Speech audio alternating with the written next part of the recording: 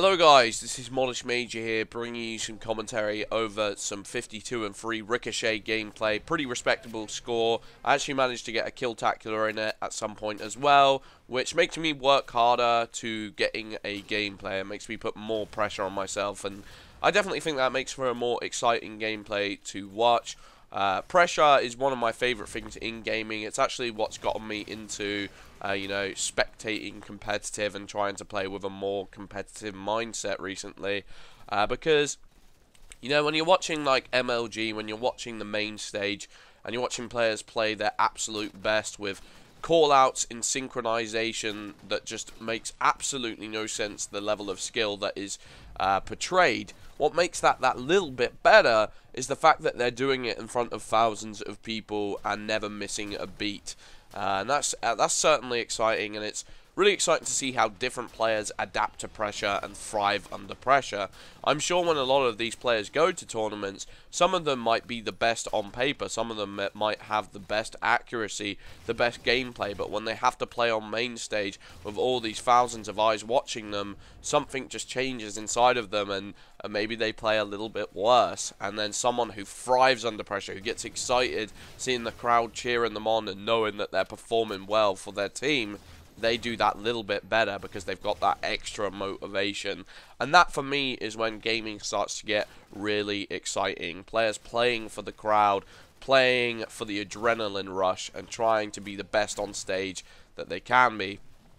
And really, that's what's getting me into trying to play the best I can, trying to get good before Halo 5. Because if Halo 5 has League, if Halo 5 has all the competitive settings, that should be in the game, that should make it into the game, I would hope, then it could be a really great game. My only concern is the fact that, Halo 4 was considered as a casual game by many, as a game that, was very fun for a short burst of time, but eventually, once you really started to try and put time into it and start to dedicate yourself to the game, it could become a little bit frustrating, and there was no real incentive to do so. What on paper and on the forums, and what the majority of the audience was saying was, you need to make the next game more of a competitive experience. And with all these, decisions and changes happening recently at 343, where they're getting people like Dursky and Neighbor, and now most recently Ghosty Army, I suppose my biggest concern for Halo 5 is that they're not just going into this game with the mindset of, oh, right, now we got to make a skillful game, this is what people are wanting, we want to get good stream numbers on Twitch, MLG is going to build hype, let's revolve this game completely around MLG.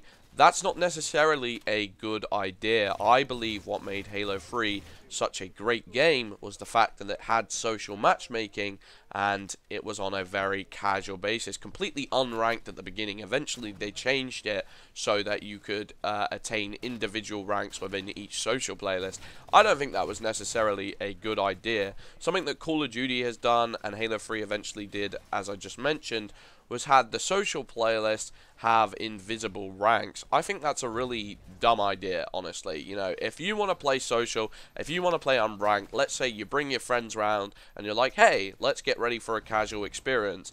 You don't want to have to worry about your own invisible rank affecting your gameplay and getting you into slightly harder lobbies and ruining what is supposed to be a social, fun experience. You just want to get paired against randoms. And although occasionally you might end up getting paired against players who will absolutely wipe the floor with you, stomp you, till you have no dignity left, I think that's just a necessary part of an unranked playlist. I think it adds to the fun, adds to the randomness. And it's like, hey, we might get a fun, easy game now, but we could get absolutely destroyed. Let's just go into it and see where the night takes us.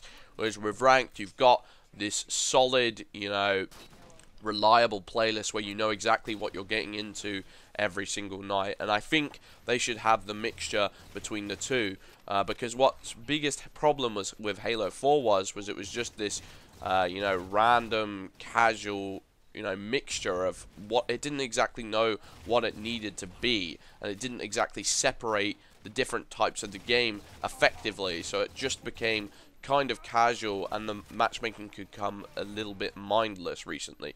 For me, what's become my favorite part of Halo 4 right now is customs, is playing with large lobbies of good players and setting up the lobby the way we want it to, and that gives us our own incentive, trying to beat our friends, trying to work against friends and become some of the best in the lobby. But the actual matchmaking itself, as I've said many times, I have no real incentive to go for a high CSR. It's not something that particularly interests me. It's not something that I can particularly show off to my friends. If I do, I have to direct them to the Waypoint website, and even then, you know, there's no special funny graphic that you get online or no special armors that you unlock for your Spartan. That could have been a way that they did the ranks in Halo 4.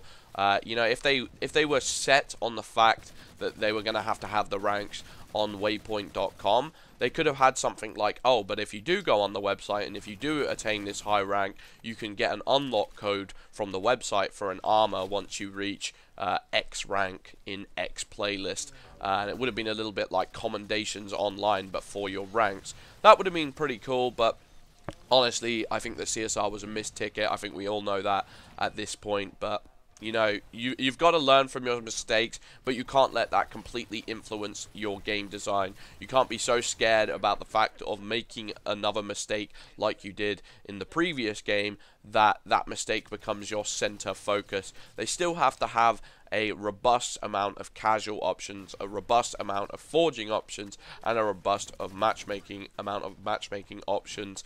It's a little bit harsher for 343 at the moment because the standards piled on top of them are so much harsher than I think from any other game. You know, honestly, Gears of War didn't have a very good, solid ranking playlist. They had a ranked playlist, but there wasn't much incentive in there to begin with, but they got away with it. People still really enjoyed Gears of War 3, despite it not having that many options, that many custom game options. The same could be said for Call of Duty. Yes, they have League play, but there's so much in Halo that is not in Call of Duty, and the Call of Duty players will carry on buying it and continue buying it. Although, finally, the popularity for that game is starting to dip off, at least with the Infinity Ward side of games, or I should say Sledgehammer. I get frustrated whenever people blame Infinity Ward for the failures that are Modern Warfare 3 and Call of Duty Ghosts, because they didn't actually make those games. It's really Sledgehammer games.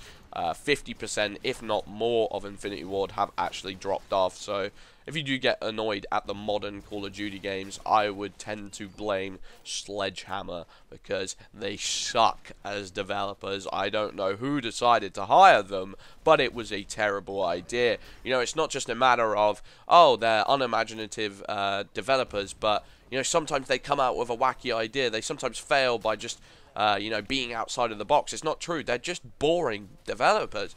Boring developers that try to make a polished game, but don't even know how to do that because they get the wrong health settings. I've never played Modern Warfare 3 or Call of Duty Ghosts and thought, wow, that was a really interesting idea. At least you get that with Treyarch. Treyarch have interesting ideas for secondary equipment. The graphic style for Black Ops 1 I thought was really exciting. I don't know why I've drifted on topic on a rant of Call of Duty. It's kind of been on my mind recently.